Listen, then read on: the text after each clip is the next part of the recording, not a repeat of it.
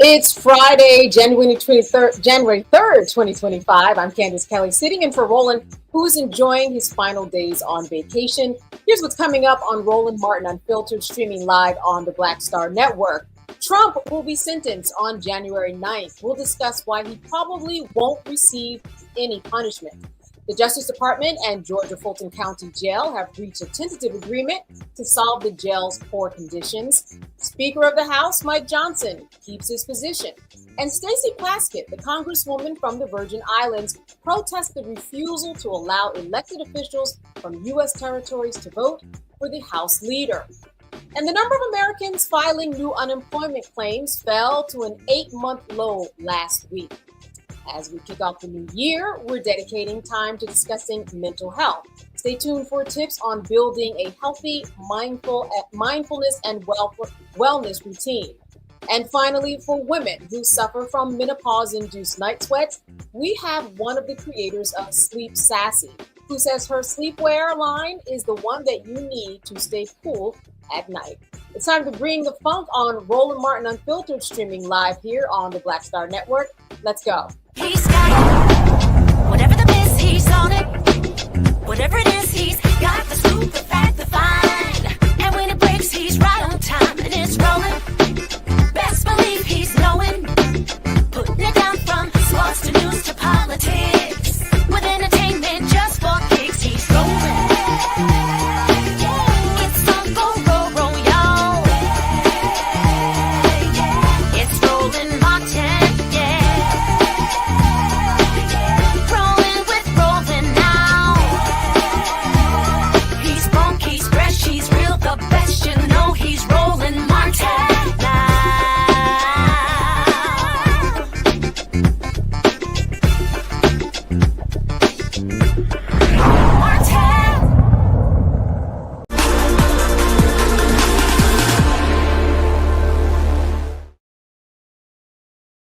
All right, good people. Trump's sentencing is set for next week in New York.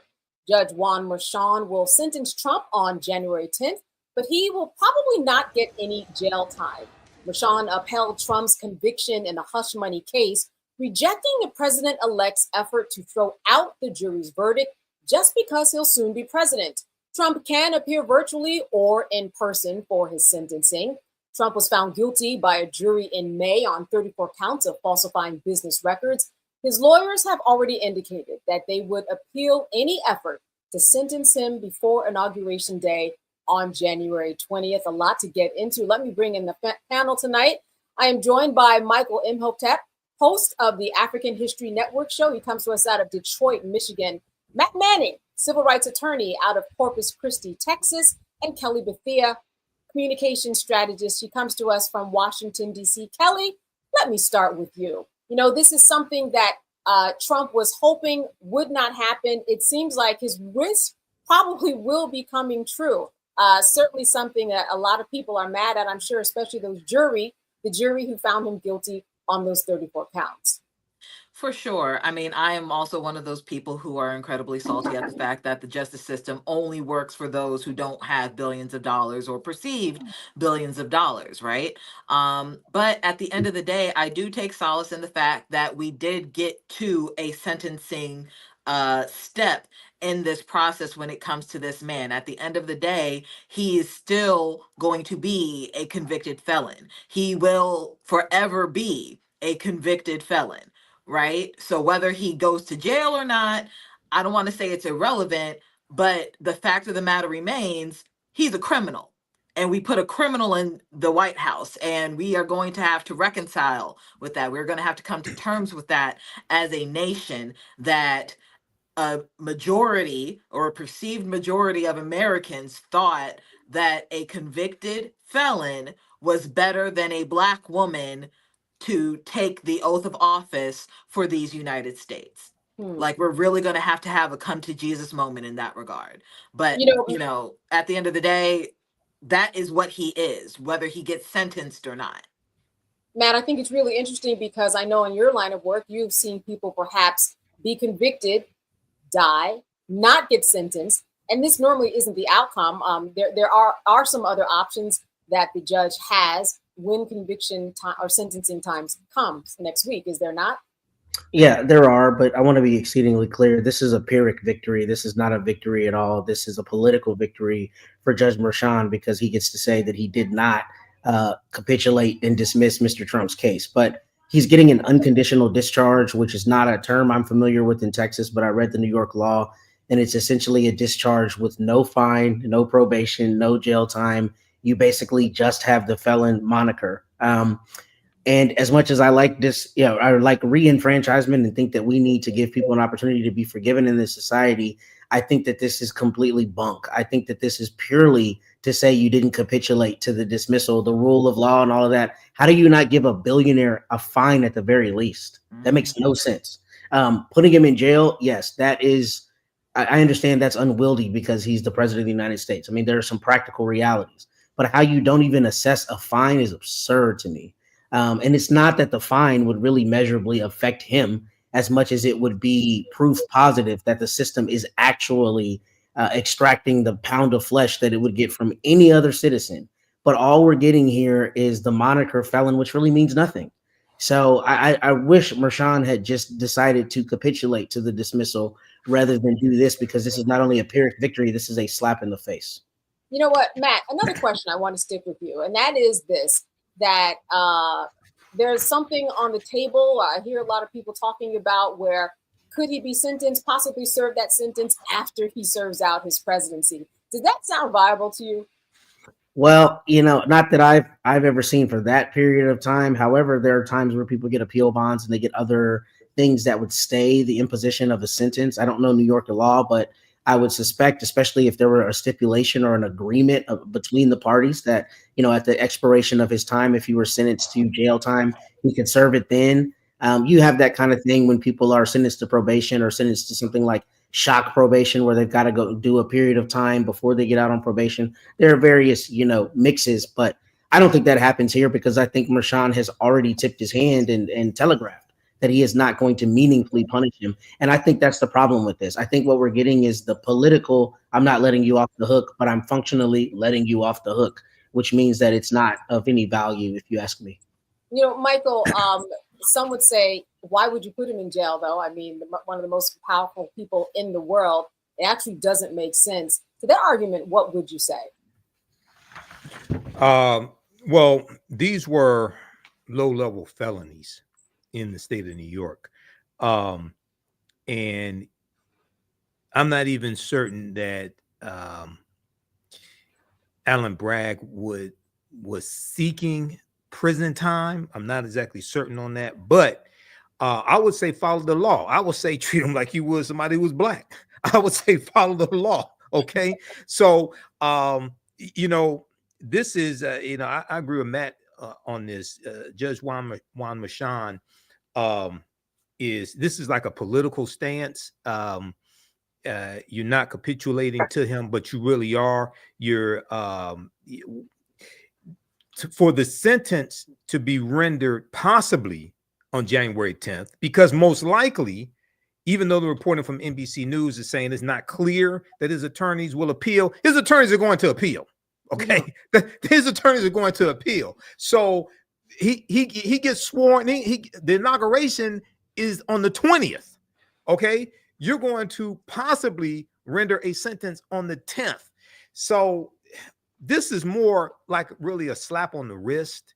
And I know Kelly said America voted for Donald Trump, but this is showing how stupid America is. This is showing, Donald Trump is really a reflection of the greed and the stupidity that many Americans have. He got about 76 million votes. You voted for this criminal.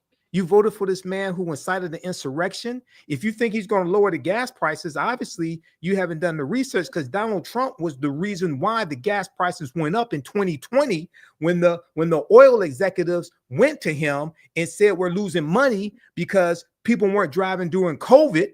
Okay. And then they asked him to negotiate with Mohammed bin Salman of Saudi Arabia and Vladimir Putin of Russia, and he did, and the result was that Russia and Saudi Arabia cut daily oil production by 9.7 million barrels, and that caused the spike in the price of gas. So if you're dumb enough to vote for him because you think he's going to lower prices, because you remember when gas was $1.62 a gallon, you have no understanding of how the economy works, and you deserve whatever happens to you.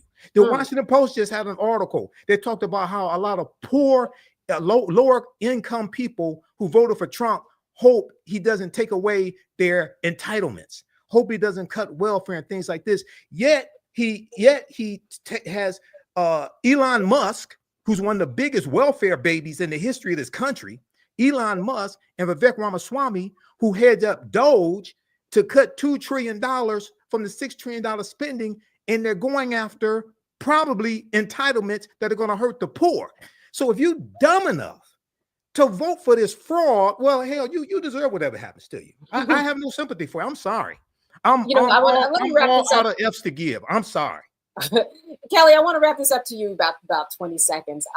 What Matt said is correct in that Alvin Bragg, he didn't necessarily ask for jail time, or what Michael said was correct, and that he didn't necessarily ask for jail time at this particular juncture. And I think that's just because of the idea that the president of the United States can't be behind bars. Would you agree with that? We've never been in a situation where he had to be behind bars in the first place. So the fact that you're saying that a president can't, I'm like, well, who's to say? We don't have any precedent to say one way or the other. I think this was a political move on behalf of Bragg so that he's not the black man who wanted the white president in jail, right? Because that's the stigma, right? That would be stuck on him if he were to do such a thing. You know, I think all of this was a political move, but I go back to the point that I made at the beginning of the segment. At the end of the day, we have a felon for president.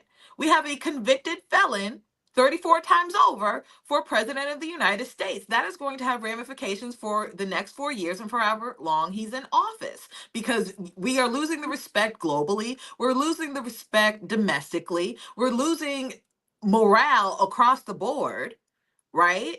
And like what Michael's saying, you know, like I'm out of F's to give, but it's unfortunate that I have to try and find at least a damn, because these things are going to be affecting me too. Right. You understand what I'm saying? It's not going to just affect the people who voted for him. It's going to affect all of us, all of the ramifications of this man having the highest seat in the land. So I might not be able to find an F, but I need to find a hell somewhere. I need to find a damn in the drawer, sock pocket, something, because you know. All right, Kelly, we're going to close it out with you on that topic. But certainly this is a story that we will be following, especially with the sentencing coming up next week. We'll see how that turns out. All right, you're watching Roland Martin Unfiltered. Stay with us. We will be back after a short break.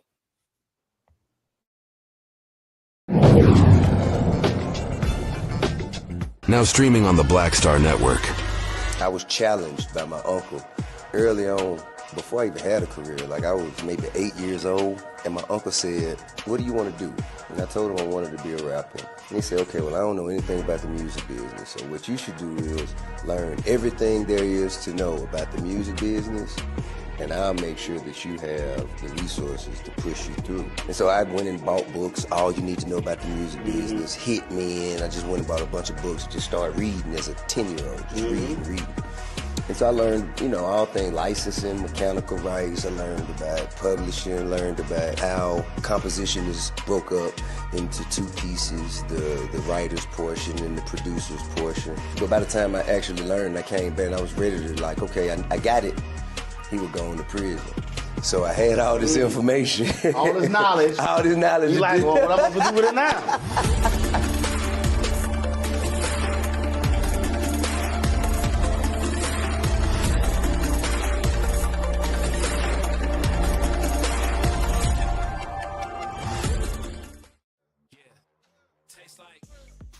Curl Prep Natural Hair Solutions at curlprep.com. I'm in shock. For curls, locks, braids, twists, and even those wigs and extensions. Women, men, and children are loving this line. Look at this video and you be the judge. People line up to see this product in action at hair shows, and when they take a seat and try it, they don't believe it's their hair. Buy the products at curlprep.com. It works on all hair types. Use code ROLAND, that's ROLAND, lowercase letters, to get a 15% discount. Parents, remove the ouch. You will love this system because you can comb the product through your child's hair with your fingers. It's all at curlprep.com. Use code ROLAND, lowercase letters, to get a 15% discount. Hi, I'm Isaac Hayes III, founder and CEO of Fanbase. Fanbase is a free-to-download, free-to-use, next-generation social media platform that allows anyone to have followers and subscribers on the same page. Fanbase was built through investment dollars from equity crowdfunding from the Jobs Act. People just like you help build Fanbase, and we're looking for more people to help build Fanbase. We are currently raising $17 million in a Regulation A crowdfund on Start Engine. We've already crossed $2.1 million, but we're looking to raise more capital from people just like you that deserve the opportunity to invest in early-stage startups without having to be accredited investors. So right now, I'd like you to go to startengine.com/fanbase and invest. The minimum to invest is $399. That gets you 60 shares of stock in Fanbase right now, today. And then use Fanbase to connect with friends, grow your audience, and be you without limits.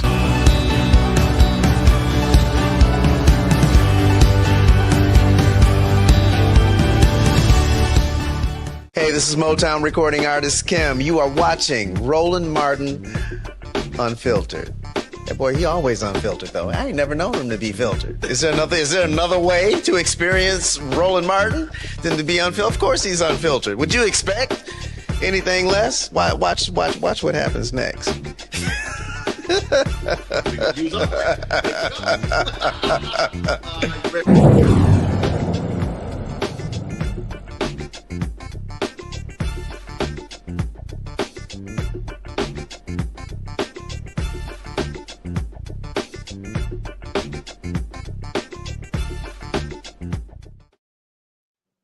All right, Matt Johnson remains in the top post in the House in a stunning floor vote on the opening day of Congress on Friday today, securing the gavel on the first ballot. But the vote did not come without a bit of drama. Stacey Van Orden, woman from Virgin Islands, rose in Johnson, the House during the speakership Vargas. vote to protest the House's more than a century-long refusal to give elected officials from U.S. territories a vote on the floor. Let's take a listen. For what purpose does the gentlelady from the Virgin Islands seek recognition? Speaker, I have a parliamentary inquiry. I note that the names of the representatives from the Americas Samoa, Guam, Northern Mariana, Puerto Rico, the Virgin Islands, and the District of Columbia were not called, representing collectively 4 million Americans.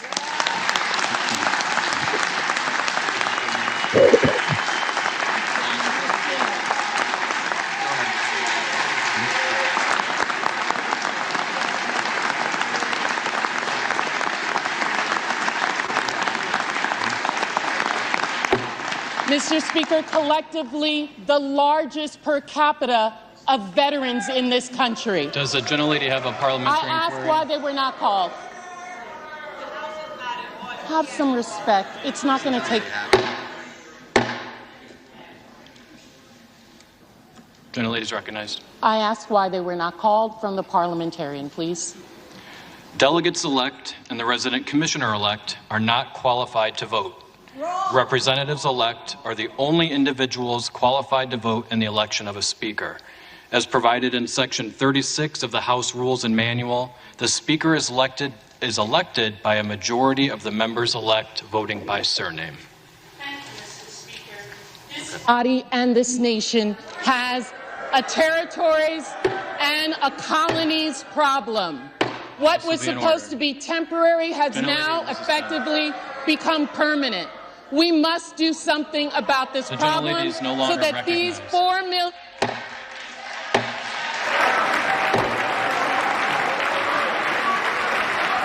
I have a voice, and...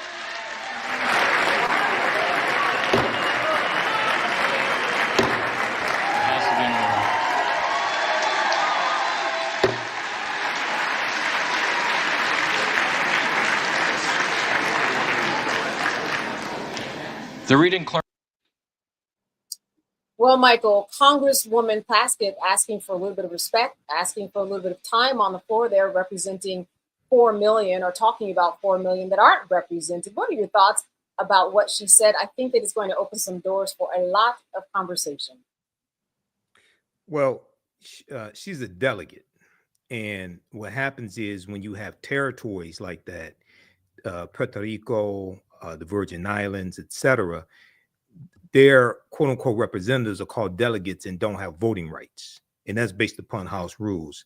Looking at the piece from rawstory.com, and according to Delegate Stacey Plaskett, it's been going back more than a century like this. Originally wasn't supposed to be like that, but it is.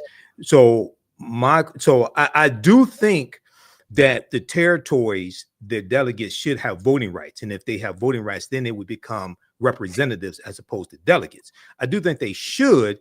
I don't know if you just need a simple majority to change the House rules. If that was the case when Democrats had control of the House, why didn't they change it?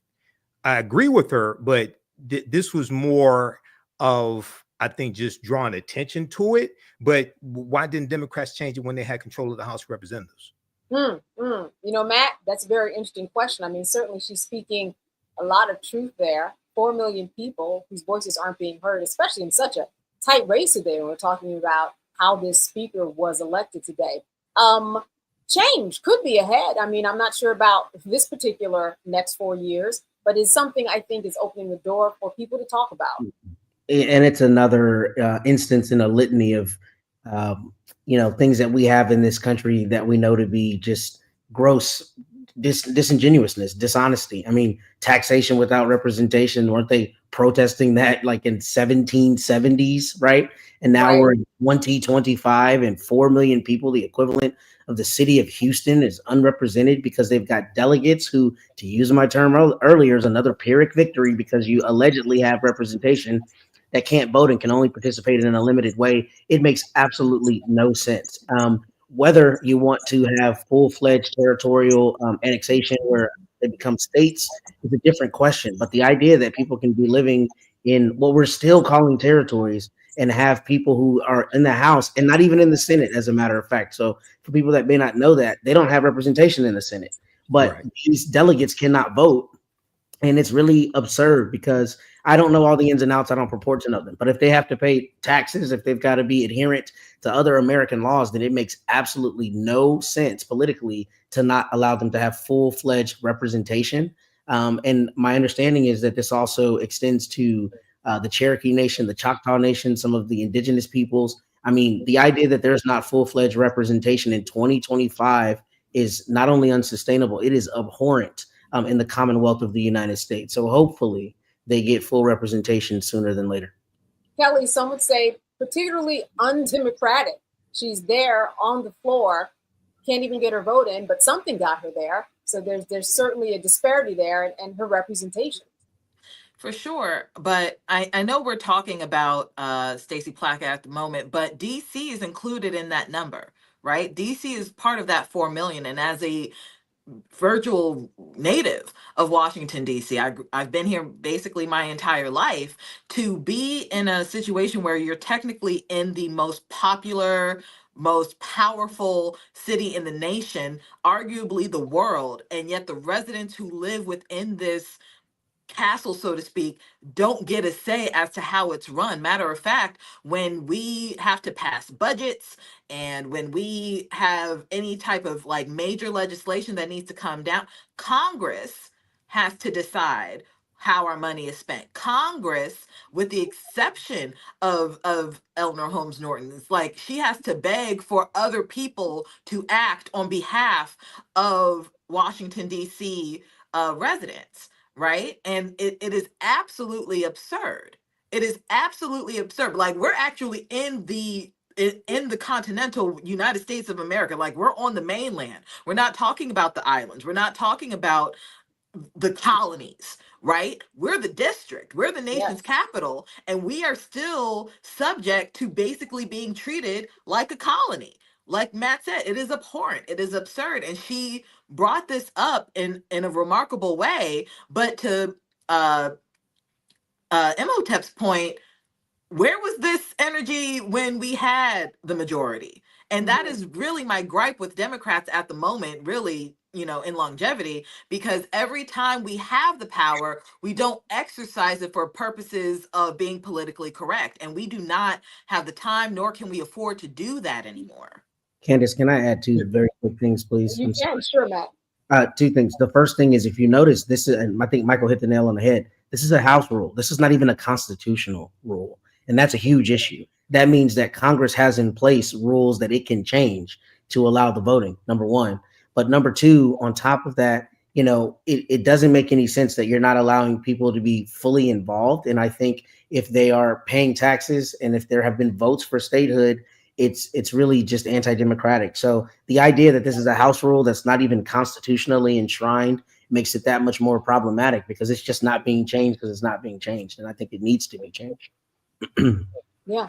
Listen, as you said, Kelly, remarkable what she did. Timing, just a little bit off, but that doesn't mean that down the line, these doors can't be open for discussion. There's certainly a lot more going on that people would see as a priority, which is why they didn't even want her to speak. But she held her ground. She refused to sit, and she got her point out. All right. I don't think that's the last we'll be hearing from her on that topic. All right. Stay with us. We're going to be back after a break. You're watching Roland Martin Unfiltered here on the Black Star Network. See you after the break.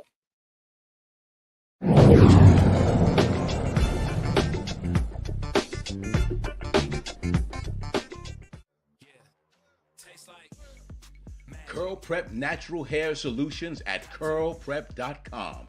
I'm in shock. For curls, locks, braids, twists, and even those wigs and extensions. Women, men, and children are loving this line. Look at this video and you be the judge. People line up to see this product in action at hair shows, and when they take a seat and try it, they don't believe it's their hair. Buy the products at curlprep.com. It works on all hair types. Use code ROLAND, that's ROLAND, lowercase letters, to get a 15% discount. Parents, remove the ouch. You will love this system because you can comb the product through your child's hair with your fingers. It's all at curlprep.com. Use code ROLAND, lowercase letters, to get a 15% discount. What's up, y'all? Look, Fanbase is more than a platform. It's a movement to empower creators, offering a unique opportunity for everyday people to invest in Black-owned tech, infrastructure, and help shape the future of social media.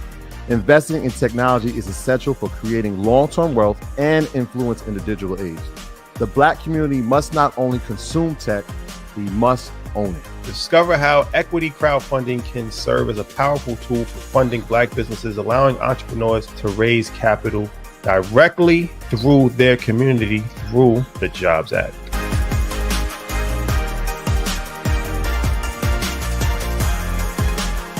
Now streaming on the Black Star Network.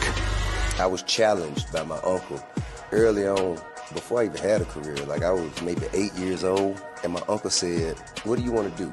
And I told him I wanted to be a rapper. And he said, "Okay, well, I don't know anything about the music business, so what you should do is learn everything there is to know about the music business, and I'll make sure that you have the resources to push you through." And so I went and bought books, All You Need to Know About the Music Business, hit me, and I just went and bought a bunch of books and just started reading as a 10-year-old, just reading. And so I learned, all things licensing, mechanical rights. I learned about publishing, learned about how composition is broke up into two pieces, the writer's portion and the producer's portion. But by the time I actually learned, I came back and I was ready to, like, okay, I got it. He was going to prison. So I had all this information. All this knowledge. All this knowledge. You like, well, what I'm going to do with it now?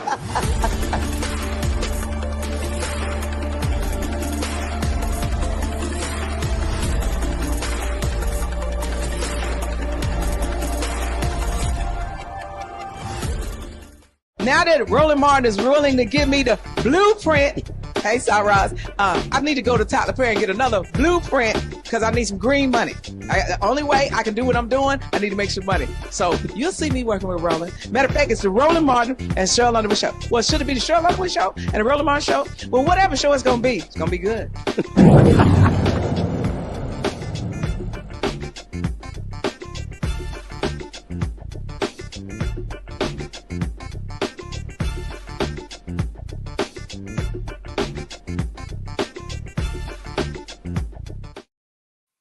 All right. Earlier today, the Congressional Black Caucus Foundation hosted a ceremonial swearing in to celebrate the Congressional Black Caucus of the 119th Congress. The event honored the 62 returning and newly elected CBC members, reaffirming their dedication to advancing equity and civil rights.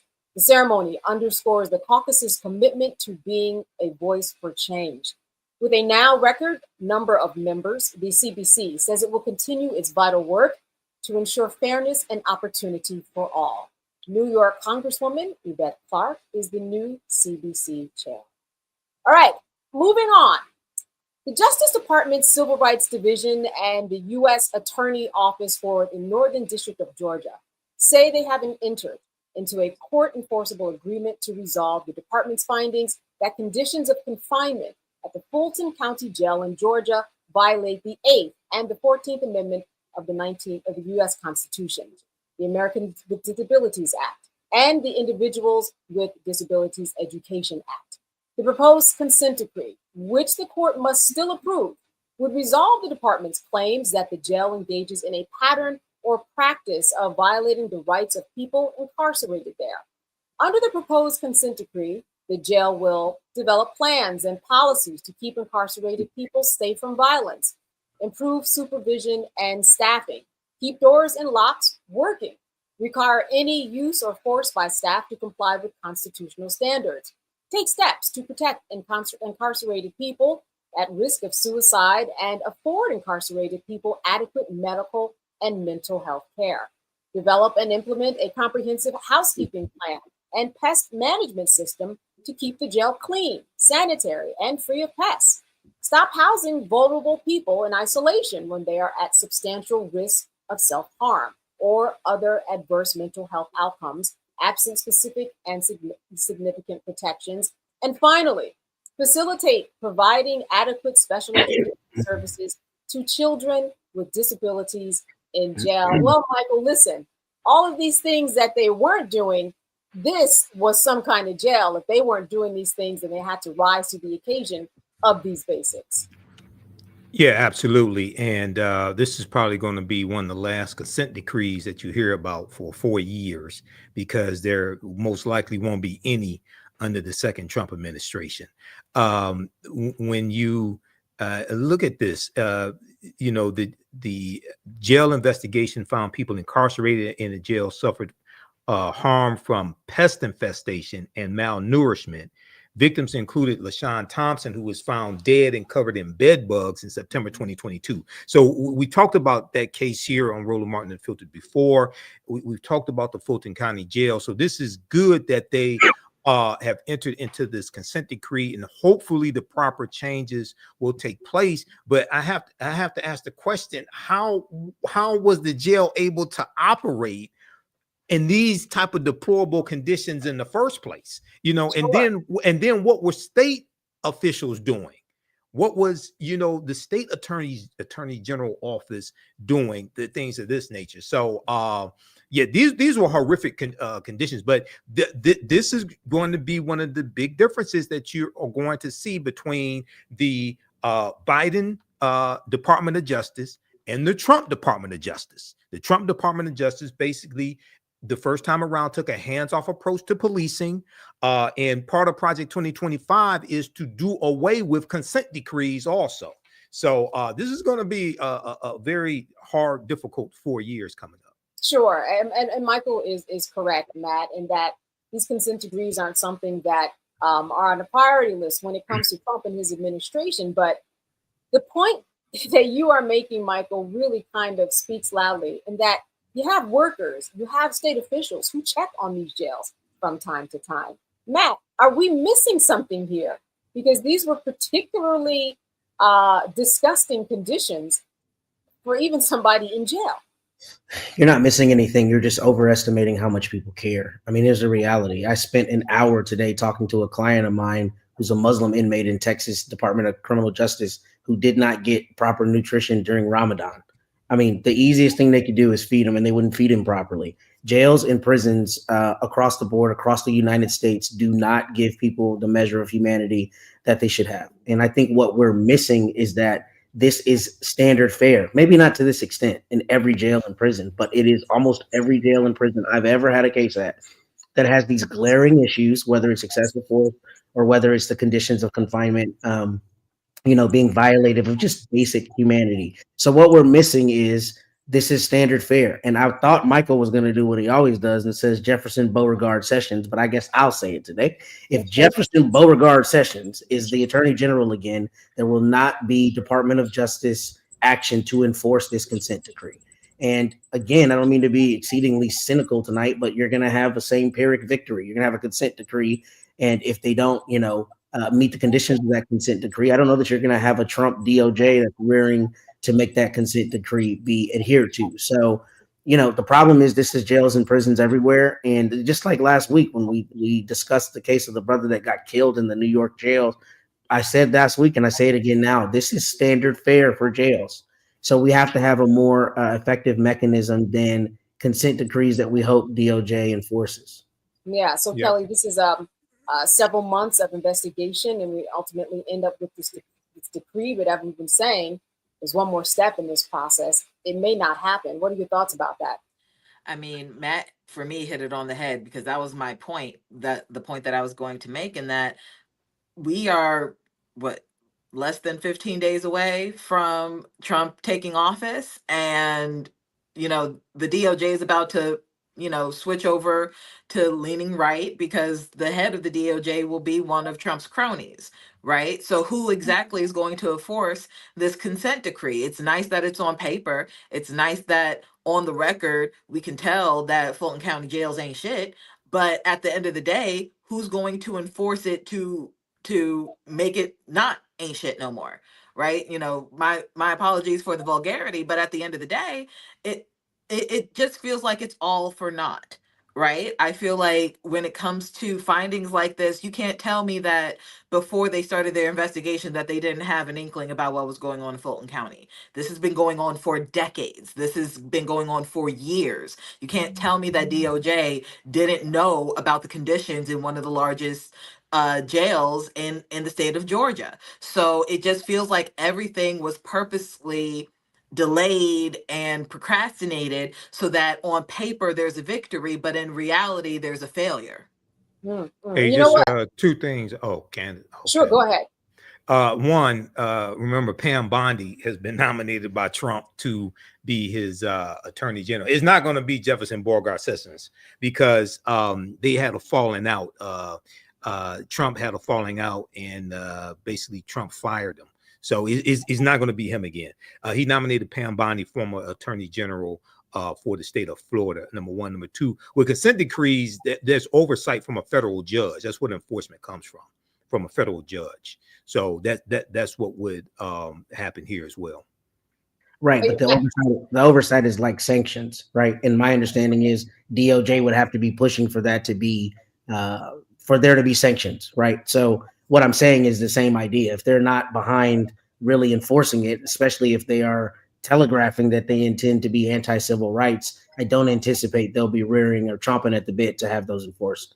But you're right about the oversight. Yeah, but when you look at under Trump's first attorney general, he tried to back out of the consent decrees with the Baltimore Police Department and the Chicago Police Department. The federal judge wouldn't allow the Trump Department of Justice to do that.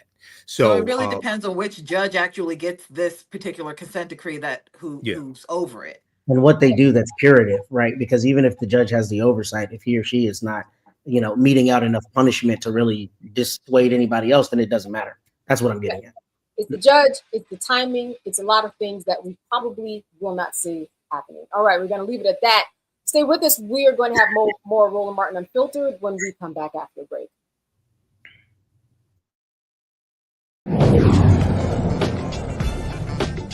Coming soon to the Black Star Network. But y'all, when you're on that stage, or when you're and you're seeing 2 and 3, 4 generations in the audience, that's got to speak to you about the power of what y'all have become. Oh, most definitely. I think we were doing our show before our tour, before our break, and remember, I was watching this kid. I could not take my eyes off him because he was about 9 or so. He was sitting in the front row with his Over on the right-hand parents. side, yes. I was amazed that this kid knew everything, and I was like tripping to see how many songs this kid actually knew. And he knew them all. And he knew them all. We had to go over there and bring him on stage and take a picture with him, at the end of the show and stuff, because it was just that amazing. It's like, this is crazy. The music travels everywhere, like what Philip was saying, seeing this young kid. Then you hear our songs on commercials, cold commercials. Then you have the younger ones that hear our music in animation.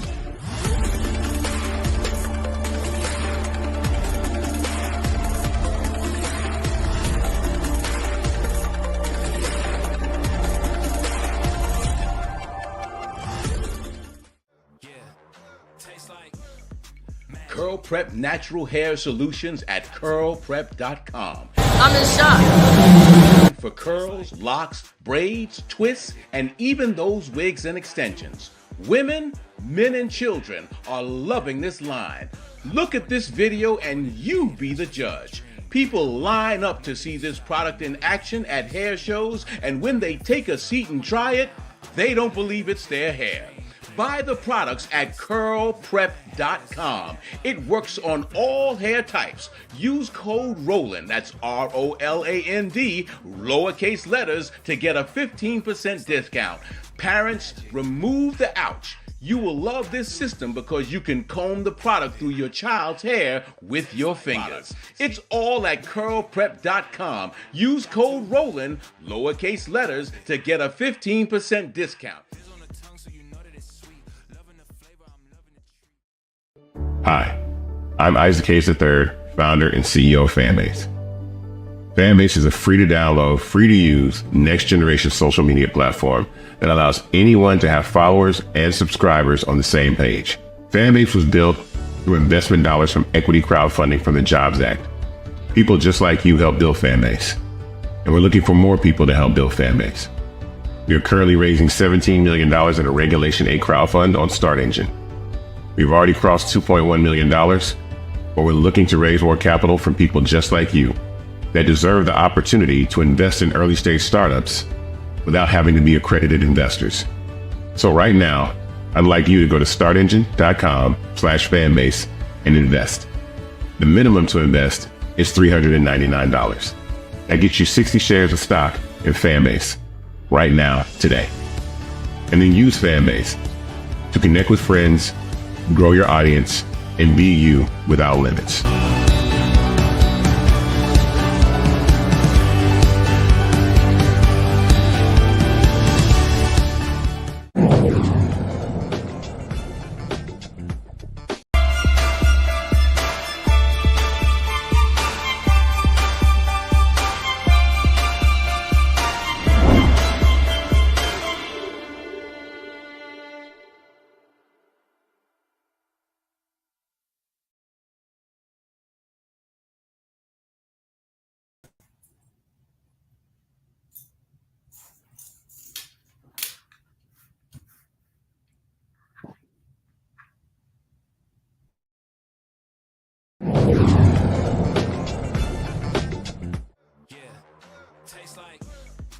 Curl Prep Natural Hair Solutions at curlprep.com. I'm in shock.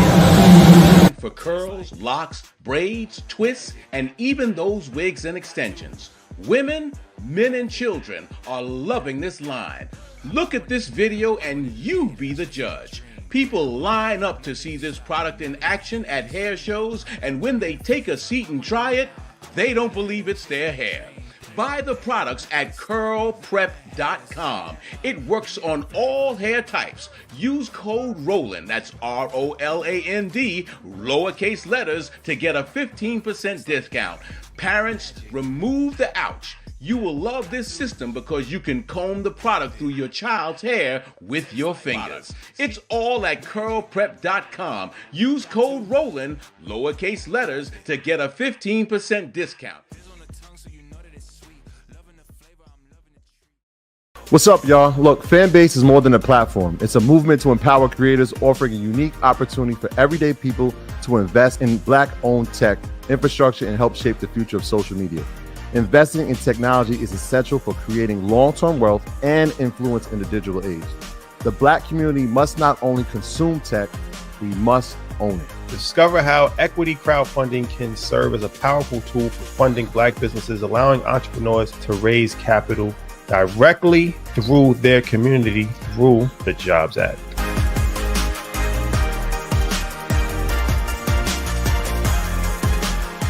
Now streaming on the Black Star Network. I was challenged by my uncle early on, before I even had a career. Like, I was maybe 8 years old, and my uncle said, "What do you want to do?" And I told him I wanted to be a rapper. And he said, "Okay, well, I don't know anything about the music business, so what you should do is learn everything there is to know about the music business, and I'll make sure that you have the resources to push you through." And so I went and bought books, All You Need to Know About the Music Business, hit me in. I just went and bought a bunch of books, just started reading as a 10-year-old, just reading. And so I learned, all things licensing, mechanical rights. I learned about publishing, learned about how composition is broke up into two pieces, the writer's portion and the producer's portion. So by the time I actually learned, I came back and I was ready to okay, I got it. He was going to prison. So I had all this information. All this knowledge. All this knowledge. You like, well, what am I going to do with it now?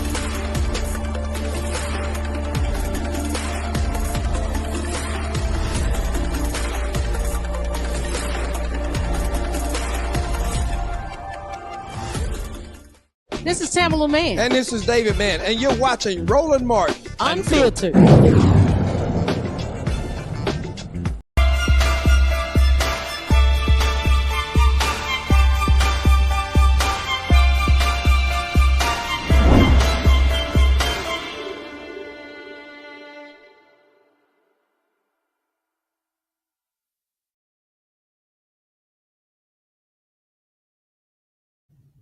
All right, folks, it's the beginning of a new year, and we want to take some time to talk about mental health and share tips on how to build a healthy mindfulness and wellness routine. Karma Hill is an IFC accredited positive psychology and leadership coach. She founded Conversations with Karma and specializes in helping organizations prioritize employee well-being by offering workshops on burnout, self-care, self-compassion, and positive leadership. She joins us from Atlanta. Good to see you, Karma. Hi, Candace. I'm excited to be here with you. Yes, indeed. Listen, we love the excitement. That's what we need for this new year. A lot of people are talking about still the prices of eggs, and January 20th, a lot of people have a lot on their minds, which is why we want to make sure people have a healthy mindset. Can you talk to us a little bit about what it takes to have a healthy mindset in terms of changing some of the habits that you might have? Yeah, definitely. I mean, mindset is everything, right? And it starts with some of those habits that we have. It's easy to get caught up into the anxiety and the fear of the unknown, which is why I thought, mindfulness is a timely topic. One of the things that we need to do is start building some of those, small micro habits that can help us shift our mindset, which is being present, being centered, being grounded, and focusing on some of the things that we can control versus just looking at a lot of those things that are beyond our control, such as January 20th, the price of eggs, things that we really can't do anything about, but they are impacting us, but we can't focus on the things we can't control right now. Yeah. A lot of people think self-help is sometimes a little selfish, but when we really take care of our mind and body and soul, it helps with relationships in our lives. It helps with everything that we do. Walk us through. I know that you help employees. I know that you help people one-on-one. If someone came to you and said, listen, I'm having this problem. I don't get enough sleep. The kids are getting on my nerves. I can't afford my home anymore. What would you tell them in terms of the steps to take to make sure that they are centered and can take control of their lives effectively? Yeah, I like to remind people that, practically, if you think about it, like even right now, we can't really control what happened earlier today. I mean, we can think about it and ruminate it and get stuck in it, but we can't really do anything about it. And we also can't do anything about what's going to happen tomorrow. But what we do have is our power in our now. So we can focus on what we can control. I think we have more access to opportunities. We have more access to potential solutions and ways of which handling our situations. So one of the easiest things that I feel like we can do is to stop and pause and think about where we are right now. Focusing on our breath is an easy one that helps us maybe be able to be balanced and centered in the moment, especially during those challenging times, because it's hard to navigate interpersonal relationships, work relationships, all of the above when we are stressed and we are frustrated and we're angry and we have angst about what's coming. So I think meditation is one, and it doesn't always have to be a long drawn out. It can be something as simple as, hey, we stop for 60 seconds, at some point in our day, and we just focus on the now and think about where we are. Mindfulness walks, body scans, those are some of the things that I encourage people, if they haven't really had a robust mindfulness practice, to start there with just thinking about, hey, where am I right now, present in this time, space, reality? What is happening? Am I safe in this moment? Do I have access to meet my needs right now? Maybe not in 5 minutes, 10 minutes tomorrow, but do I have it right now? Mm-hmm. Mm-hmm. And once you realize what you can and cannot control, that allows you to kind of let go a little bit, right? Just a little bit. I mean, it depends on, varies from person to person, but I do think it does. It has for me and many other clients that I serve, that like when you stop and you think about it, you go, you know what, I actually can't control what's coming next, but I can control what's right now. So if I can think about what I can do in this moment, can I do something in this moment that'll help me for the next moment? Usually worrying about what's coming up is not going to help you much. Right. Now walk me through, you're the expert. Walk me through what you do when things get a little bit tight and frustration sets in. Are you the person that takes the walk? And if you do breathing exercises, what exactly do you do? Absolutely. I am that person. So because I'm not exempt, I get frustrated, I get overwhelmed. I usually try to stop and pause and figure out, I do a quick needs assessment. What do I need in this moment? So I ask myself that throughout the day. What do I need in this moment? Sometimes that is, hey, I just need to regulate my nervous system. The somatic practices really help because we carry a lot of the tension and the frustration and the anger and all that. We carry it in our bodies. It's a physiological response that actually happens. So for me, one of the first things I do is ask myself, what do I need in this moment, so that I can identify what I need to do, which practice will help. If I have enough time, it may be, hey, I'm going to go outside, I'm going to take a walk, I'm going to connect with nature, because I've identified the self-care practices that actually work for me. And one for me is being outside in nature. So I am able to connect with, the trees, the sun, feel all of those things and realize, like, one, I'm a part of something that's so much larger, because I didn't make the sun come up or set or any of those things. So it also helps me put things into perspective, that a lot of the things that I'm worrying about are not nearly as serious as they really are, that I'm putting more emphasis on it.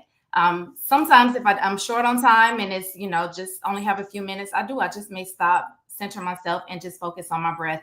And that could be shape breathing, which is picking a shape. Let's say we pick a square, right? And you go, you breathe in for 4 counts, hold for 4 counts, envisioning making that square.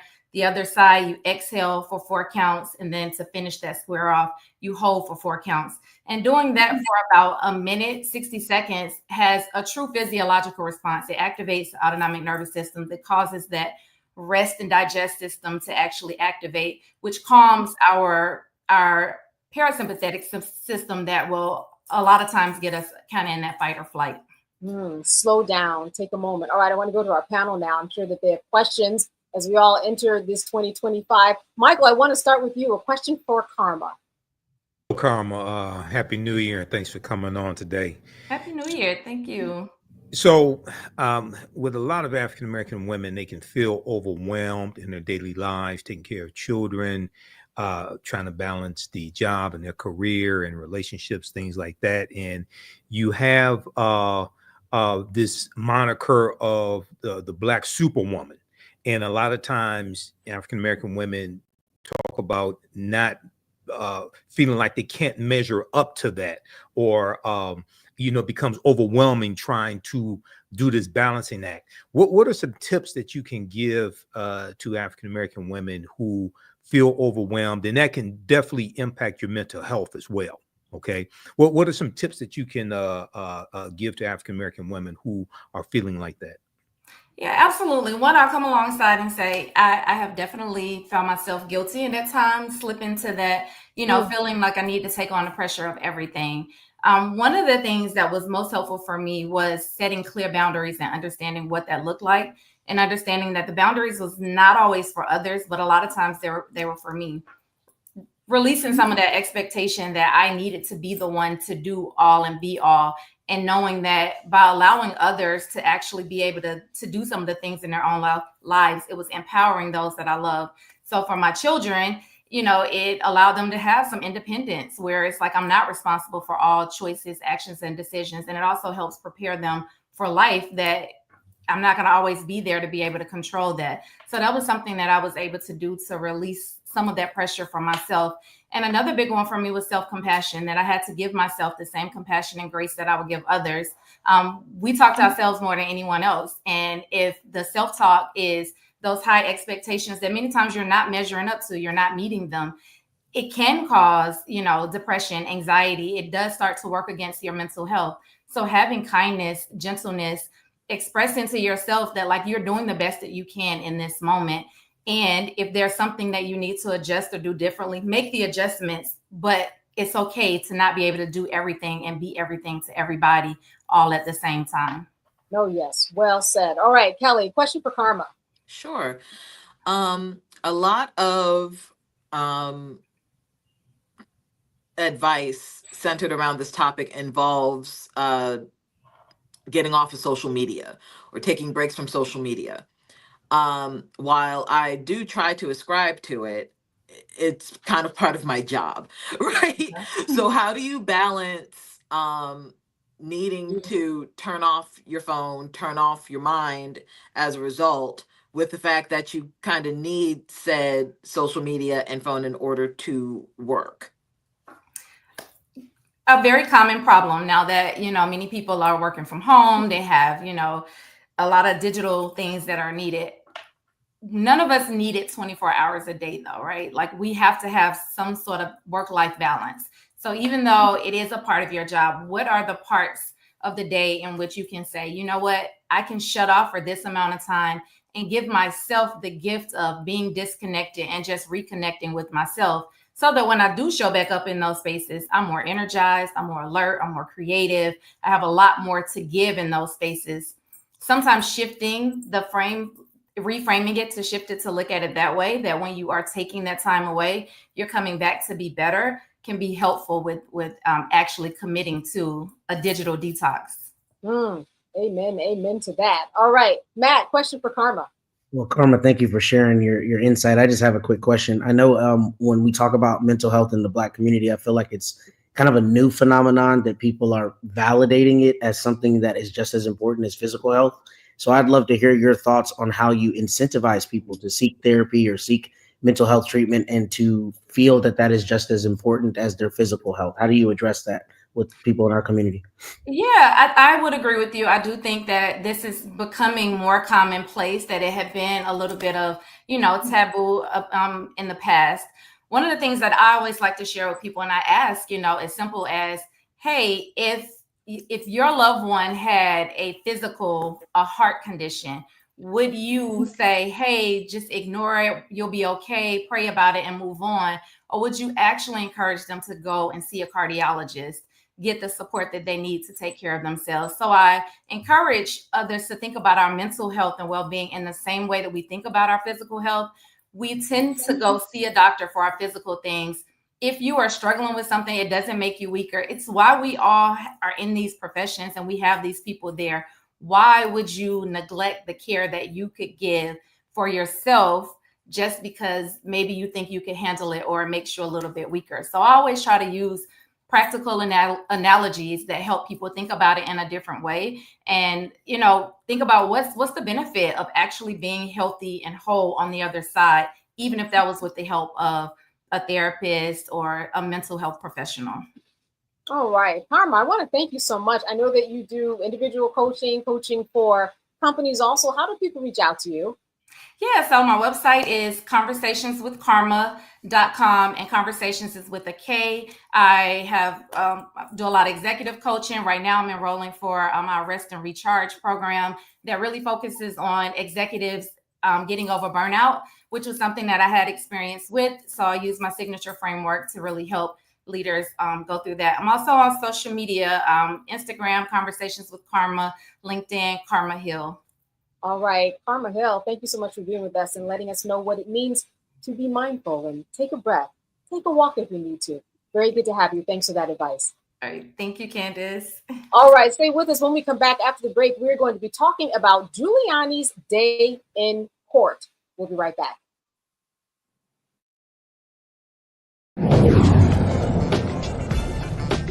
Coming soon to the Black Star Network.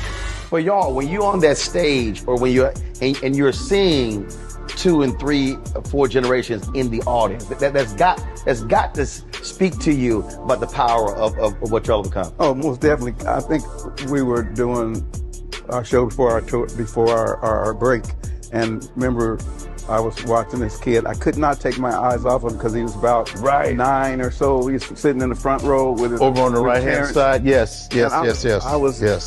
I was amazed that this kid knew everything, and I was like tripping to see how many songs this kid actually knew. And he knew them all. And he knew them all. We had to go over there and bring him on stage and take a picture with him, at the end of the show and stuff, because it was just that amazing. It's like, this is crazy. The music travels everywhere, like what Philip was saying, seeing this young kid, then you hear our songs on commercials, cold commercials. Then you have the younger ones that hear our music in animation.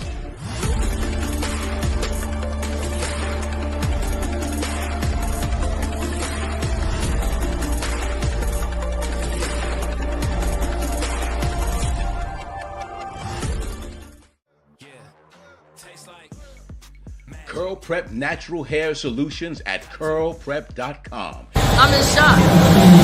For curls, locks, braids, twists, and even those wigs and extensions. Women, men, and children are loving this line. Look at this video and you be the judge. People line up to see this product in action at hair shows, and when they take a seat and try it, they don't believe it's their hair. Buy the products at curlprep.com. It works on all hair types. Use code ROLAND, that's ROLAND, lowercase letters, to get a 15% discount. Parents, remove the ouch. You will love this system because you can comb the product through your child's hair with your fingers. It's all at curlprep.com. Use code ROLAND, lowercase letters, to get a 15% discount. Hi, I'm Isaac Hayes III, founder and CEO of Fanbase. Fanbase is a free-to-download, free-to-use, next-generation social media platform that allows anyone to have followers and subscribers on the same page. Fanbase was built through investment dollars from equity crowdfunding from the Jobs Act. People just like you help build Fanbase, and we're looking for more people to help build Fanbase. We are currently raising $17 million in a Regulation A crowdfund on Start Engine. We've already crossed $2.1 million, but we're looking to raise more capital from people just like you that deserve the opportunity to invest in early stage startups without having to be accredited investors. So right now, I'd like you to go to startengine.com/fanbase and invest. The minimum to invest is $399. That gets you 60 shares of stock in Fanbase right now, today. And then use Fanbase to connect with friends, grow your audience, and be you without limits.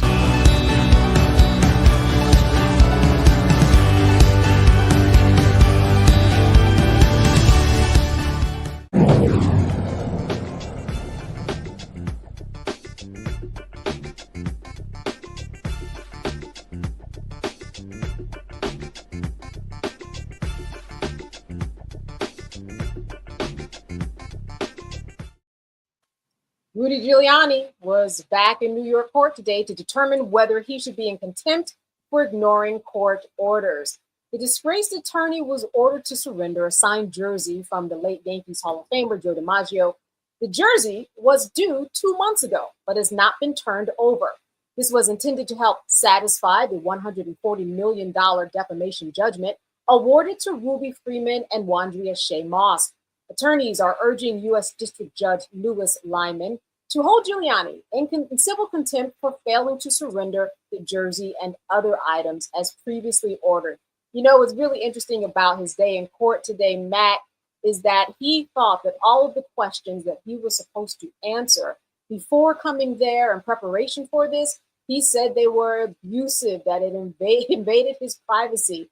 That's the whole process. You defame someone, you owe money. We need to see what you own. I think the term is run them pockets. I think that's how you run them pockets, Giuliani. You know, what I thought was interesting about it was two things. The first is that, you know, there was an 11th hour filing where he was trying not to appear. And I think the judge put some stipulations on whether he could use deposition testimony and all of that in his appearance. But what I really was struck by is the ignorance, frankly, of the fact that he is still going on his radio show, and at least as the court has characterized it, defaming them, these two women. Now, I do think that there's an interesting constitutional question. You know, what are the bounds of the First Amendment? He does have a First Amendment right, notwithstanding this judgment. But for the life of me, I just absolutely cannot understand how his attorneys can allow this client, in the midst of bankruptcy, in the midst of trying to satisfy this judgment, to continue engaging in the conduct that got him to this place. It seems like this is the point where you just take that L, keep it pushing, run them pockets, and try to get back on the Donald Trump teat to get more, you know, benefits going forward. He's digging a hole, and it's, you know, it's what he's wrought. So whatever a man sows, so shall he reap. And he is indeed reaping the pockets being run. Yeah. You know, I don't know if you've experienced this, Kelly. It's like a bill that you have to pay. You might even have the money, but you just don't want to pay it. This is what I see going on here. Just go ahead and give up what you have. He is a person, well, he used to be barred, but he knows what the law is all about. He is not, you know, doing what he is supposed to do for money that he owes. I think if he doesn't watch out, he's going to find himself another defamation case, Kelly. I think so too. I think with to Matt's point about him continuously defaming these people, it's almost kind of cyclical, because he needs the money, so he goes on the show, but he's talking about the wrong shit, so he's going to have to use that money to keep paying these people. I say take everything. Take his dentures, take his glasses, take his drawers, take the ties, take his grandbaby stuff, take all of it. All of it. Wipe him clean. You know, Listen, he effed around, he found out, like Matt said, run them, take everything. Take his toupees, take his toothbrushes, take the toilet paper on the way out, take the stained glass in his house, take his baseball bats, take his baseball cards, take everything. What else can he take? What else can he take? Michael, toenail clippers, if they're gold. I don't care. Take it all. Take it all, Michael, until that bill is paid off. You know, I think that's an interesting point that Kelly makes, in that Trump is president again. He might find himself being that true ally of Trump, and finding himself in the back, you know, in his good graces, if he would just shut his mouth.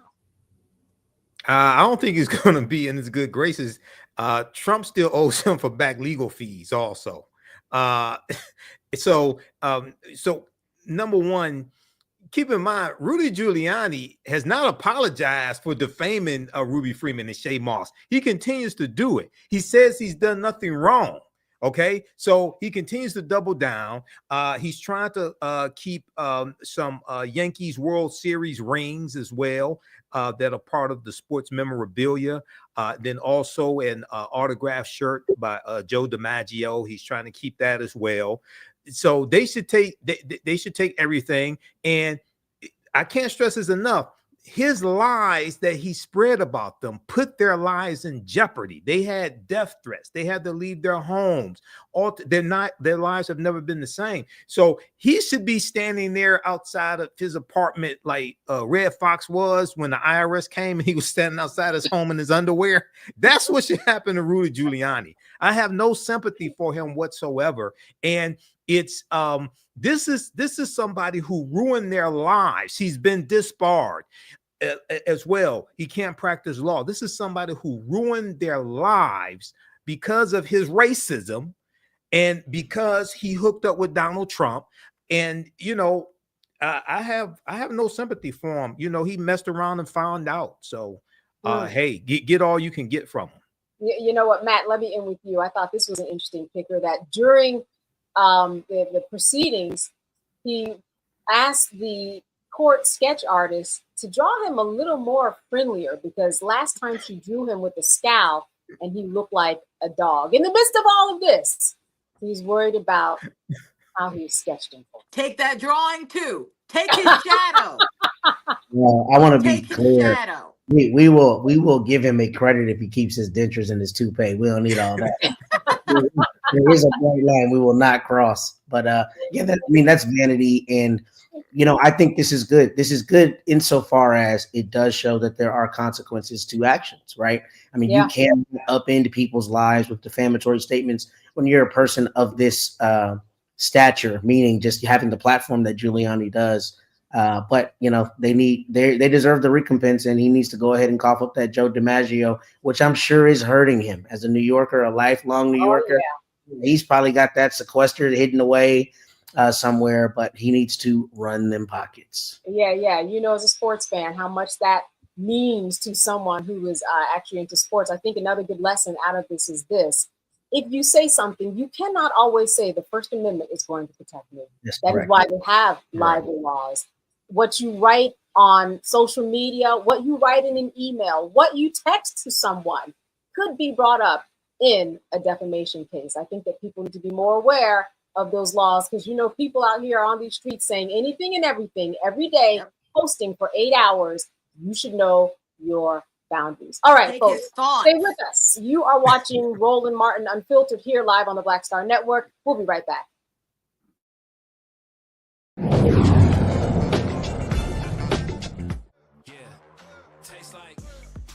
Curl Prep Natural Hair Solutions at curlprep.com. I'm in shock. For curls, locks, braids, twists, and even those wigs and extensions. Women, men, and children are loving this line. Look at this video and you be the judge. People line up to see this product in action at hair shows, and when they take a seat and try it, they don't believe it's their hair. Buy the products at curlprep.com. It works on all hair types. Use code ROLAND, that's ROLAND, lowercase letters, to get a 15% discount. Parents, remove the ouch. You will love this system because you can comb the product through your child's hair with your fingers. It's all at curlprep.com. Use code ROLAND, lowercase letters, to get a 15% discount. What's up, y'all? Look, Fanbase is more than a platform. It's a movement to empower creators, offering a unique opportunity for everyday people to invest in Black-owned tech, infrastructure, and help shape the future of social media. Investing in technology is essential for creating long-term wealth and influence in the digital age. The Black community must not only consume tech, we must own it. Discover how equity crowdfunding can serve as a powerful tool for funding Black businesses, allowing entrepreneurs to raise capital directly through their community through the Jobs Act.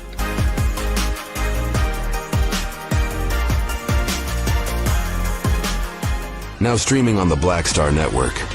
I was challenged by my uncle early on, before I even had a career. Like, I was maybe 8 years old, and my uncle said, "What do you want to do?" And I told him I wanted to be a rapper. And he said, "Okay, well, I don't know anything about the music business, so what you should do is learn everything there is to know about the music business and I'll make sure that you have the resources to push you through. And so I went and bought books, All You Need to Know About the Music Business, Hit Me In. I just went and bought a bunch of books and just started reading as a 10-year-old, just reading. And so I learned, all things licensing, mechanical rights. I learned about publishing, learned about how composition is broke up into two pieces, the writer's portion and the producer's portion. But by the time I actually learned, I came back and I was ready to okay, I got it. He was going to prison. So I had all this information. All this knowledge. All this knowledge. You like, well, what am I supposed to do with it now?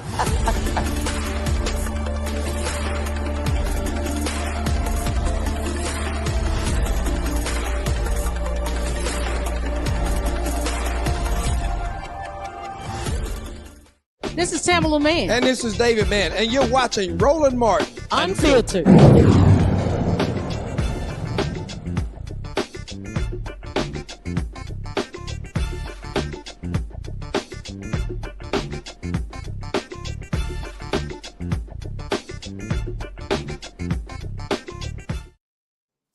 The FBI has released new video footage of the suspect in the unsolved Washington, D.C. pipe bomb case from January 5th, 2021. The footage shows the individual who allegedly planted bombs outside the Democratic and Republican Party headquarters the night before the Capitol riot. You can see the suspect wearing a light-colored hooded sweatshirt sitting on a park bench near the DNC headquarters, removing a pipe bomb from a backpack and placing it near the building. The FBI estimates the suspect is approximately 5 feet 7 inches tall. The agency reiterated its offer of up to $500,000 for information leading to the arrest and conviction of those responsible for the attempted attack. Matt, we're looking at this. We can certainly draw the connection that this perhaps was something to take away the police, the authorities needed on the Capitol riot attacks. Yeah, and it's very disconcerting because it shows a level of concerted effort. That's really concerning, particularly in this age where we see just more and more political violence. So I'm hoping that that reward is met and that there's some credible information that's provided so the FBI can run that lead down and hold somebody accountable for that, because it's abhorrent and it's obviously not something that we can abide in our society. And I know this is an exceedingly serious part of the segment, but the good sister Kelly said we should take Rudy Giuliani's thoughts, and it took me out of here. And I just had to tell you that, Candace. So that is hilarious. Thank you, Kelly.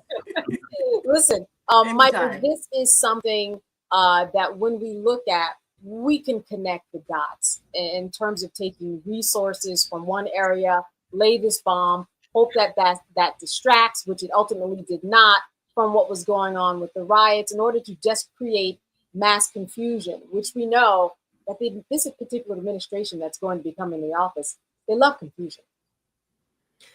Yeah, well, it's going to be confusion, and Republicans can't govern. Okay, they can't govern. There were 3 government shutdowns in the first 2 years of the previous Trump administration. We saw here with the 118th Congress in 2023, we saw they only got 27 bills passed, the least number of bills since the Great Depression. We saw that they're on their 4th continuing resolution. They have not been able to pass the budget, which they are constitutionally mandated to do. In regards to the person who laid the pipe bomb, I'm not sure. I know this is the largest investigation that the Department of Justice has endeavored upon, dealing with January 6th and over 1,000 people arrested, things of this nature. But I would somebody knows who these people are. So somebody knows who this person is, and they we don't know. The other thing is we don't know if this person is still alive, but somebody knows who they are, and it could be somebody in elected office also. Okay, who knows who this person is. So hopefully they find them. But I wonder if Donald Trump is going to give this person a pardon as well. He said he'd give the January 6th domestic terrorist insurrectionists presidential pardons. And I wonder if he's going to give this person a pardon also. Yeah, Kelly, I think one interesting thing is that certainly there's this $500,000 reward, but surprised that whoever knows who this person is, I doubt this was a lone wolf ceremony considering what happened on the 6th. Wondering why nobody's bringing this up in any type of plea bargain deal. Maybe that person hasn't been brought up on charges, but like Michael said, someone certainly knows who this person is. I mean, for sure. And it's been 4 years. So Sure. in the event that they didn't know who he was in 21, certainly by 25, they know or have an inkling as to who this person is. I don't want to say prediction, but what I can absolutely see happening is Trump, instead of pardoning them, giving everybody their medals of freedom. And the only way we're going to root out whoever was there for the pipe bombing incident, provided that it's related to January 6th, is that if, Trump is giving out medals of freedom to those who were involved, I feel like that's the only way we're going to figure out who this person is, because they'll reveal themselves. All right, we're going to bring that subject to a close as we move on to the ceremonies for President Jimmy Carter. They're going to begin on Saturday, January 4th in his hometown. A motorcade escorting Carter's body will travel through Plains, Georgia, before heading to Atlanta, where he will lie and repose at Carter Presidential Center until Monday. On Tuesday, his body will lie in state at the U.S. Capitol, where he will remain until Thursday's funeral service at the Washington National Cathedral. After the service, Carter will return to Georgia for a private family service and interment. President Joe Biden has declared January 9th a national day of mourning, ordering the closure of all federal executive departments and agencies in respect for Carter, who passed away on December 29th at the age of 1. All right, folks, we're going to be back right after a break. More with headlining news. Stay with us. We'll be right back.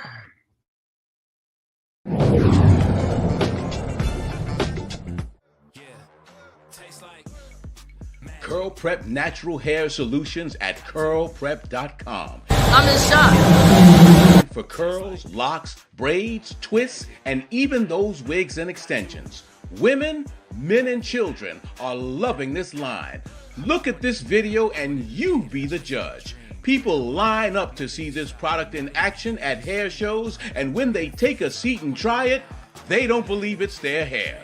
Buy the products at curlprep.com. It works on all hair types. Use code ROLAND, that's ROLAND, lowercase letters, to get a 15% discount.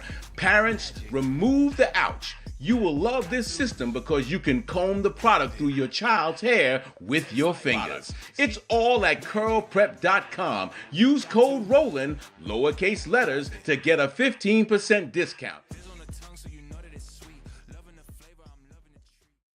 What's up, y'all? Look, Fanbase is more than a platform. It's a movement to empower creators, offering a unique opportunity for everyday people to invest in Black-owned tech, infrastructure, and help shape the future of social media. Investing in technology is essential for creating long-term wealth and influence in the digital age. The Black community must not only consume tech, we must own it. Discover how equity crowdfunding can serve as a powerful tool for funding Black businesses, allowing entrepreneurs to raise capital directly through their community through the Jobs Act.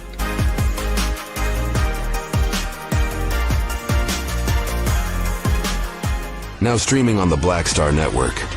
I was challenged by my uncle early on, before I even had a career. Like, I was maybe 8 years old, and my uncle said, "What do you want to do?"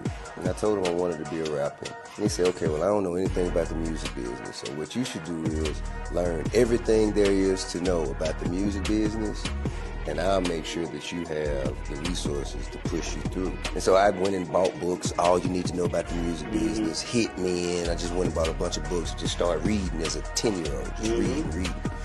And so I learned, all things licensing, mechanical rights. I learned about publishing, learned about how composition is broke up into two pieces, the writer's portion and the producer's portion. But by the time I actually learned, I came back and I was ready to, okay, I got it. He would go into prison. So I had all this information. All this knowledge. All this knowledge. You like, well, what am I supposed to do with it now?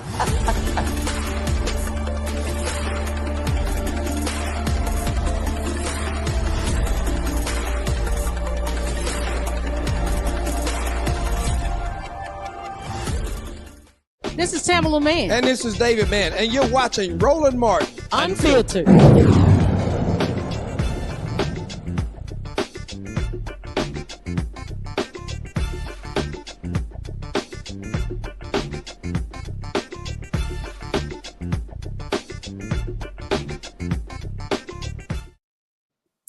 All right, good people. The ACLU of Idaho has filed an emergency motion arguing that the state's new public defense system, recently shifted from county to state control, is failing and rife with violations.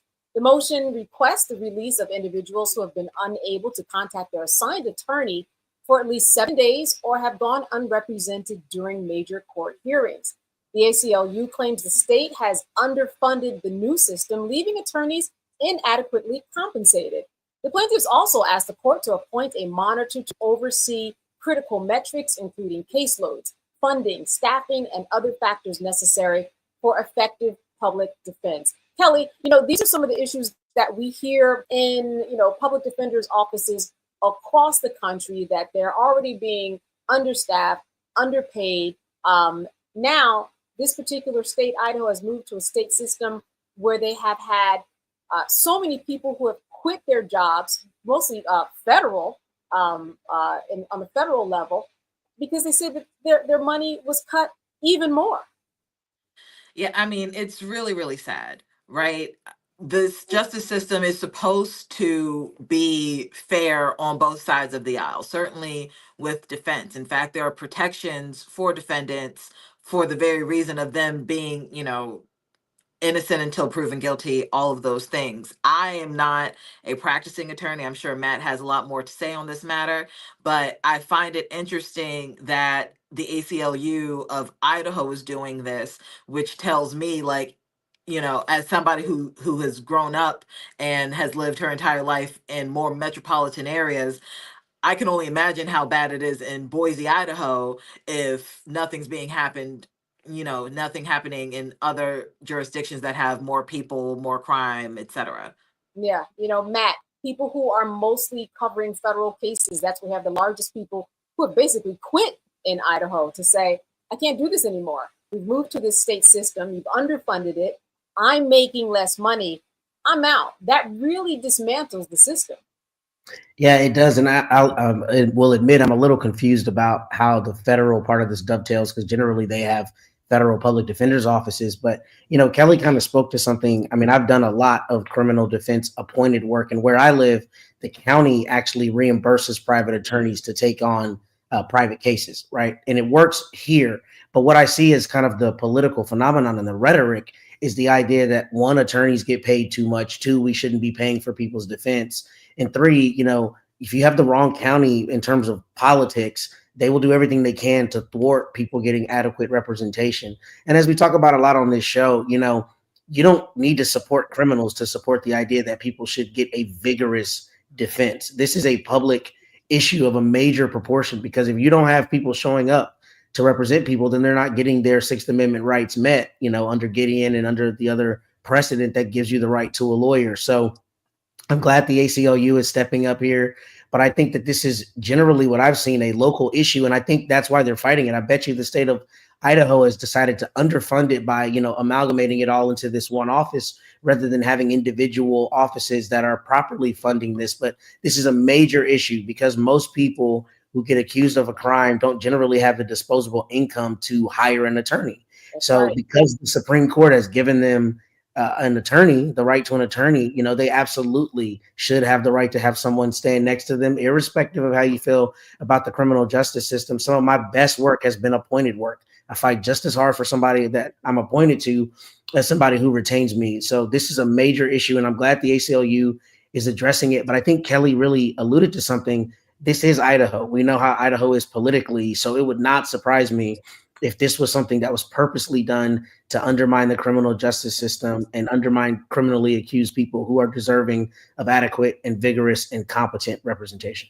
Right, and as you said, Gideon versus Ray gave us and those people who are incarcerated and could potentially be incarcerated the right to an attorney, the right to a fair and speedy trial, which is another point the ACLU made in this particular case, Michael, and that is these people are waiting what seems to be a long time when you're really going through it. 7 days might not seem that long, but if you're out of contact with your attorney and you know that you're innocent or guilty, you just want somebody who will defend you properly. 7 days is a long time to be out of contact with someone who should be in contact with you. Absolutely. And that opens it up to this possibly in some instances happening on purpose as well. So I think, this is another example of the good work the American Civil Liberties Union does, the ACLU. And this is also, understanding law and understanding the U.S. Constitution. And I know Idaho probably does not have, I don't think they have a large population of African Americans, but I would like to know what percentage of I would like to know the race of the prison of the people who are in jails. I would like to know the percentage that's impacted the most, what race they are. And it'll probably be African Americans, even though we probably have a very low percentage population in the state of Idaho. So once again, and I'd be interested to see what other states fall in line with this, are also have this Sixth Amendment violation as well. What other states are also violators of this also? Yeah, I was thinking about that too. And will this be precedent to find some type of a state-formed office and financially kind of redistribute everything that is going on there? All right. Well, more to come on that story, and we'll be following it. We're going to be back right after a short break with our last segment here on Roland Martin Unfiltered, so stay with us.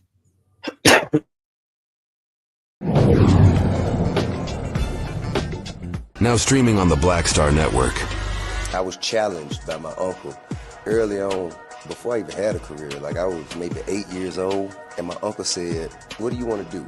And I told him I wanted to be a rapper. And he said, "Okay, well, I don't know anything about the music business, so what you should do is learn everything there is to know about the music business, and I'll make sure that you have the resources to push you through." And so I went and bought books, All You Need to Know About the Music Business, hit me in. I just went and bought a bunch of books and just started reading as a 10-year-old, just reading. And so I learned, all things licensing, mechanical rights. I learned about publishing, learned about how composition is broke up into two pieces, the writer's portion and the producer's portion. But by the time I actually learned, I came back and I was ready to okay, I got it. He would go into prison. So I had all this information. All this knowledge. All this knowledge. You like, well, what I'm going to do with it now?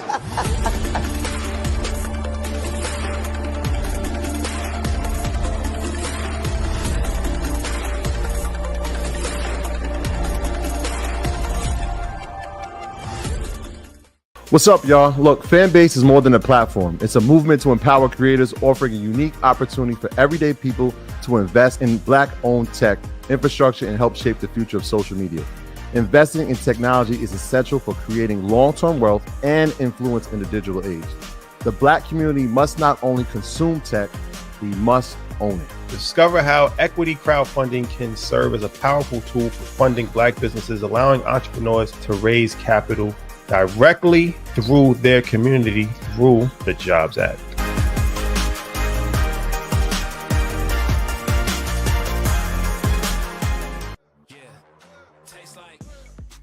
Curl Prep Natural Hair Solutions at curlprep.com. I'm in shock.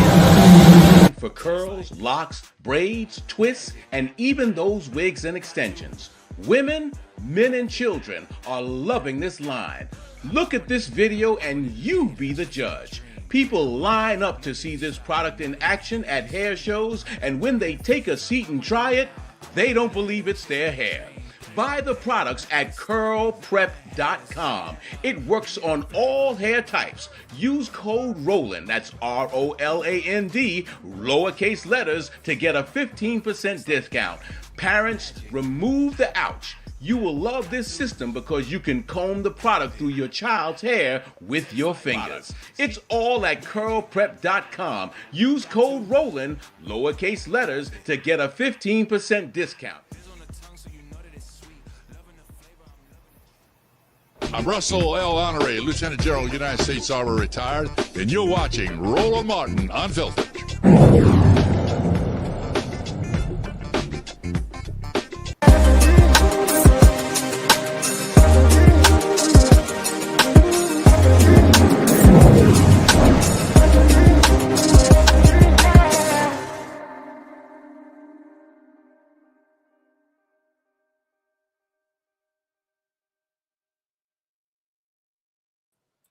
More than 1 million women in the United States experience menopause each year. And while many are familiar with the term, they may not fully understand its impact. Donna Taylor and her sister Deborah address the challenges of menopause with their stylish bamboo sleepwear brand, Sleep Sassy. The company offers nightgowns, pajama short sets, and pajama pant sets, all paired with matching satin-lined bonnets designed to provide comfort, attractive sleepwear, and protection for Black hair. Donna Taylor, the CEO of Sleep Sassy, joins us from Suffolk, Virginia. So good to see you, Donna. Good evening, and thank you for having us. Yes, and look what you are wearing. Listen, Yes. I know that yes, of course, many people go through menopause, but not everybody decides to create a full line. What was it about menopause and how it affected you and your loved ones that said, you know what? I have to do something about this. Yeah. Well, actually, when we started, we weren't quite thinking about menopause. It was more so from a style perspective, so to speak. You know, my sister insulted me one day when we were working on some things and said, you know, I looked a hot mess because I had on a nightgown that had a hole in it and, you know, a bonnet that just, you know, didn't match. So when we initially started, it was really more so just to look at having a way to be coordinated instead of, you know, putting on pajamas and then throwing on any type of bonnet. But through the process, we realized because we are, you know, going through menopause or, you know, women of a certain age, that the fabric had to be right. You know, I sweat during the day. And of course, you know, with the night sweats at night. So we realized that the fabric, as well as the bonnet, had to be breathable and be able to have that moisture wicking effect so that, you know, when you're sleeping, one, you don't wake up soaked, and you can get a better night's sleep. Yeah, yeah. You know, to take it from an idea into actual production, did you have mentors along the way? Was it kind of touch and go and you just learned along the way? How did you actually come to have an actual tangible product? Well, we actually started in 2018, and it was, you know, learning on our own. We actually both were working full-time jobs. So we started this part-time. And we had to learn a lot. Although we both learned to sew when we were, you know, younger, it was a learning process of figuring out, you know, tech packs and learning the terminology in general. And like I said, just being able to source different things. So it was definitely a challenge, but also fun. And again, you know, something that we felt was definitely needed. Yeah. What is the price range of what you offer? Because I would imagine that you are using a certain type of material might perhaps be a little more expensive because it has to breathe, right? And that's really Right. what women look for. Talk to me about how you set your prices and what exactly your product does. Okay, so our prices range from about 70 to 90. And again, ours includes the bonnet. So when we look at other brands that sell the type of sleepwear that we have, which is made from bamboo from viscose, that is a more expensive product because of what it does.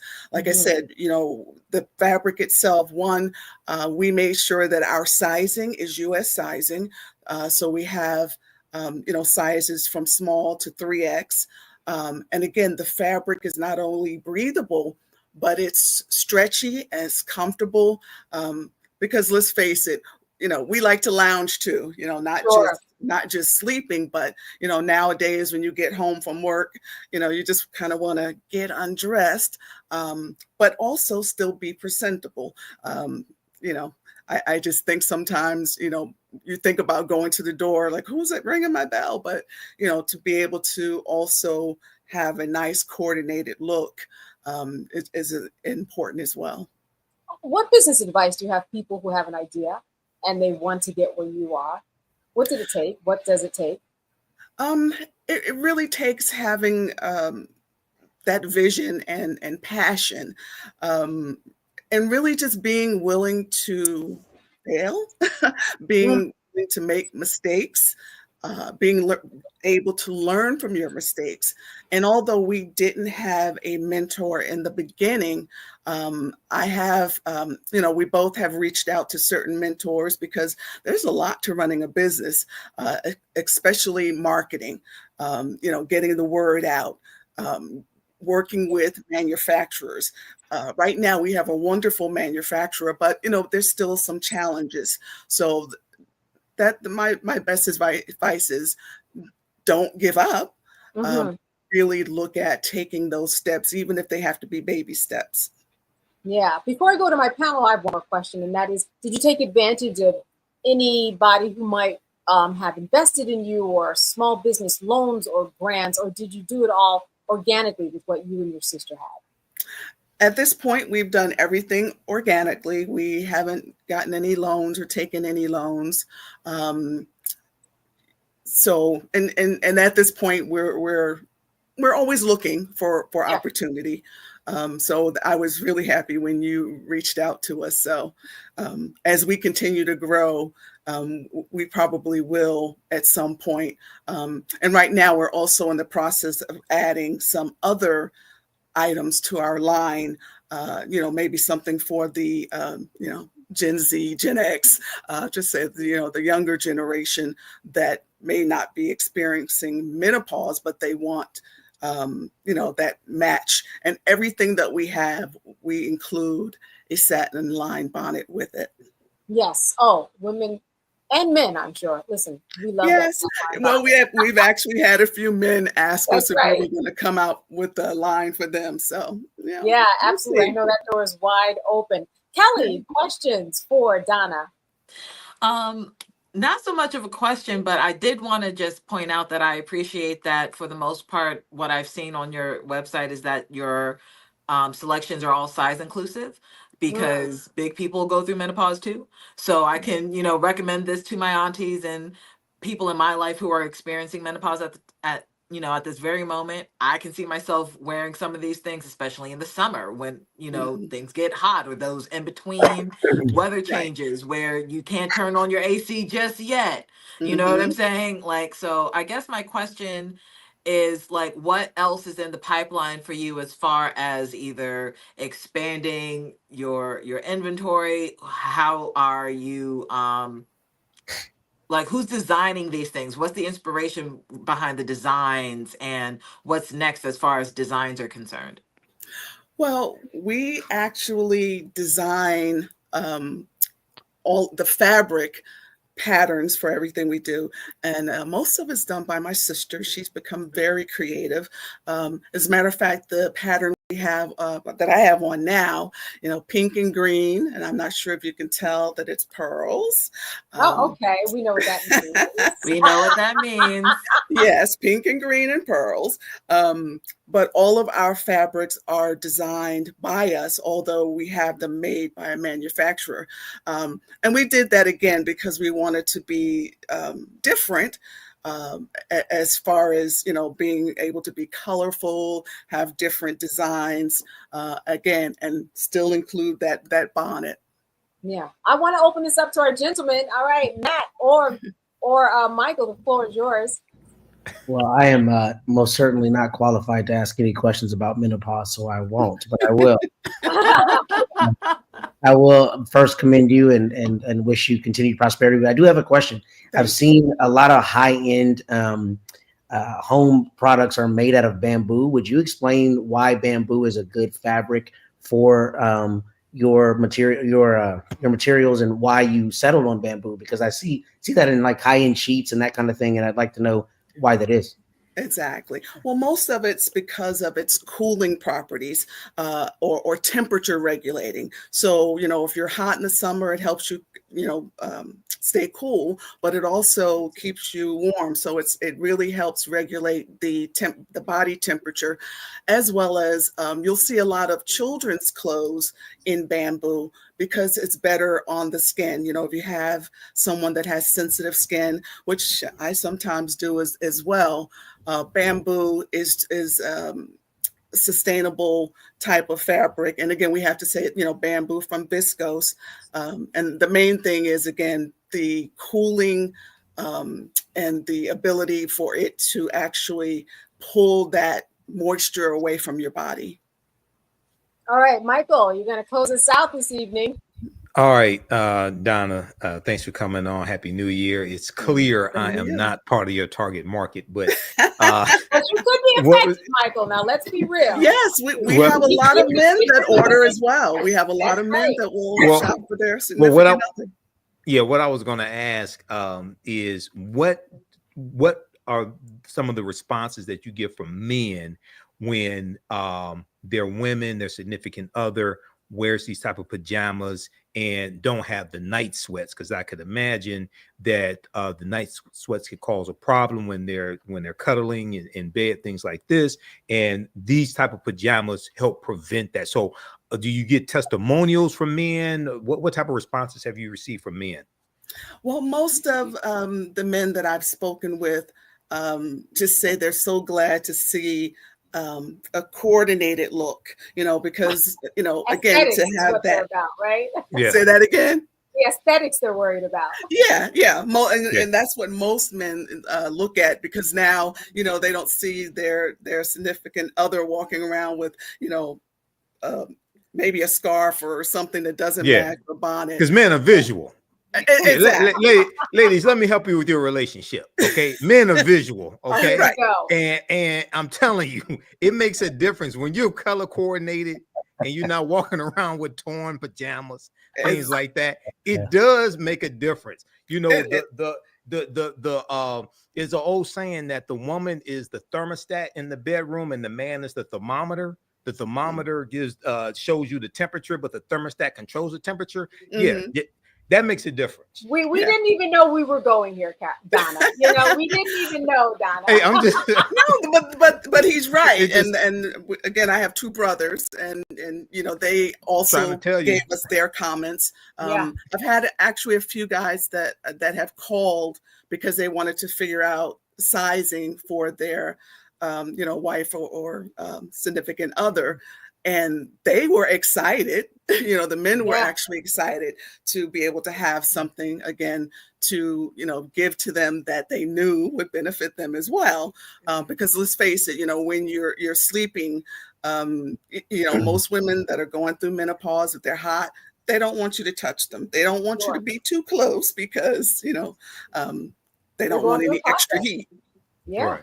Yeah, absolutely. Listen, Donna Taylor, CEO of Sleep Sassy, I want to thank you so much for being with us. I also want to add your caps have probably saved a hairstyle or two, because we know when that hair gets wet in the middle of the night, that could be a problem. Again, that's why we made sure it was breathable, because I'm not sure if you could tell, but my hair is very long. That's right. So I had to make sure. It breathes and can save the good old hairstyle. Thank you so much for being with us today. Thank you. We appreciate it. All right. I also want to thank our guests. Listen, I'm going to give Matt the last. You've got 10 seconds, sir. What do you have? I just want to say happy anniversary to my parents who celebrate 44 years of marriage today. You are extraordinary examples, and I'm so blessed to be from you. So listen, that was anniversary. You could have taken all 10. That was worth it. It was like 44 years. 44 years, indeed. Amen to that. All right, congratulations. For that.